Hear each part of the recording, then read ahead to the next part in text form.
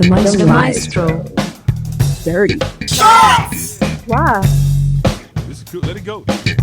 How about you hold it? There's a lady in the wind. Yo, yo, yo, it's your boy. Got legs that run forever and drop dead. Welcome to Riding Dirty with your boy Maestro. Actually, not riding dirty. We're still chilling dirty. What am I talking about? Out here in the Publix parking lot.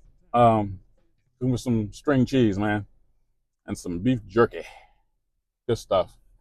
I'm sorry. TMI, I know, my bad. Okay.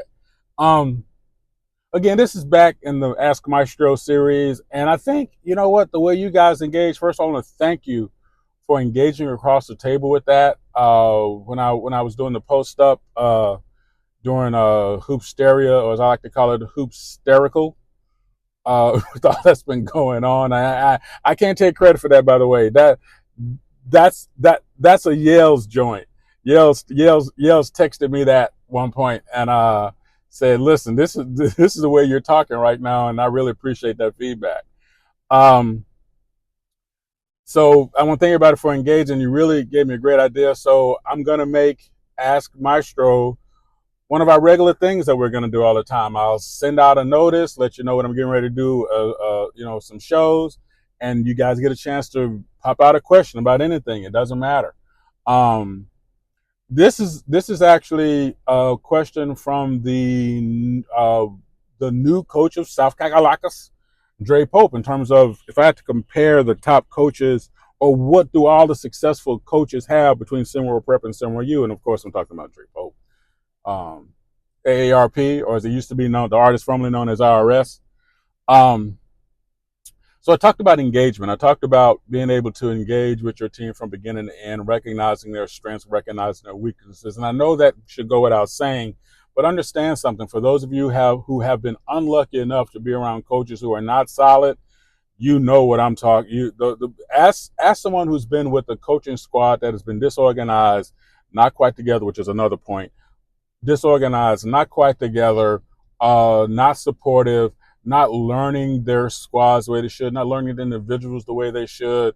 And if you've been in that kind of nightmare at any given point, you know it, right?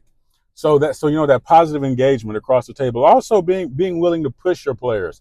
Listen, if I got a player that is shooting 60% from the free throw line, I'm his coach or I'm her coach, I'm trying to get him to 70%. What I got to do? What I got to do? And once I give them to 70%, I want to give them to 80%. You see where this is going, right? You know, if I have a player that in the string of a game, how many times have you seen this? How many times have you seen players consistently miss 2 and 3 foot shots? Well, if I got a player that does that in the game, but maybe not necessarily do it in practice, I need to find a way to marry those two events to get their mindset right, so then they can settle down in the game and start making those. Imagine your free throw, your field goal percentage, if you're able to make 90% of your 2 and 3 foot shots. Forget 100%. What you do for your team, the points that you rack up, your field goal percentage, all those things that look really good. The other thing that I'm going to say about coaches, and I'm going to use a coach that it's no longer on the sidelines, and I wish she was. And yes, okay, my bias is going to sneak out here, so I'm going to get this out the way right now. But probably, and don't get me wrong, I love all the other coaches, but my favorite coach in SimWorld Prep still is Coach Alicia Dodge. And because her ability for people management. And I think that is the biggest thing that you need to have to be successful as a coach. I can get 5 disparate pieces together, people together, different skill sets, different points, different things like that. But if I, as a coach, cannot find a way to make those pieces into a machine, I failed. I'm going to give you an example. Think about what it takes to put together, I'm not going to say a cell phone or whatever, but a vehicle.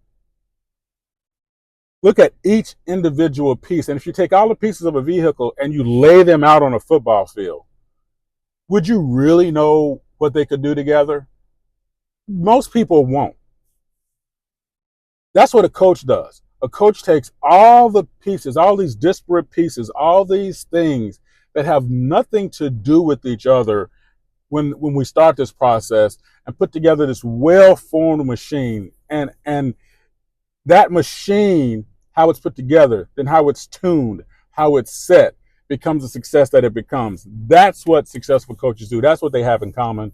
And I think that's the biggest part of being a coach, of recognizing every single year, no matter who might be coming back, no matter who might have left, no matter who might whatever, that each season the coach is given this football field or basketball court of disparate parts.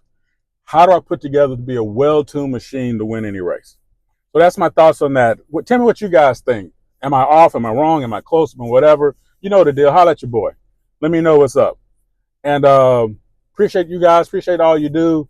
Hopefully having fun doing Hoopsterical here. I know I am. And what about the production crew, right? Really getting it done, left and right, 100%. And you guys being there every single day, all day, all day, all day.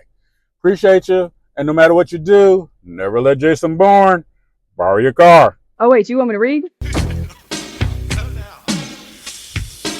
Thank you again for checking out the Maestro's Dirty Shorts. Is it last call? Oh. Have you seen my glasses? Drop a tag below and give us a piece of your mind.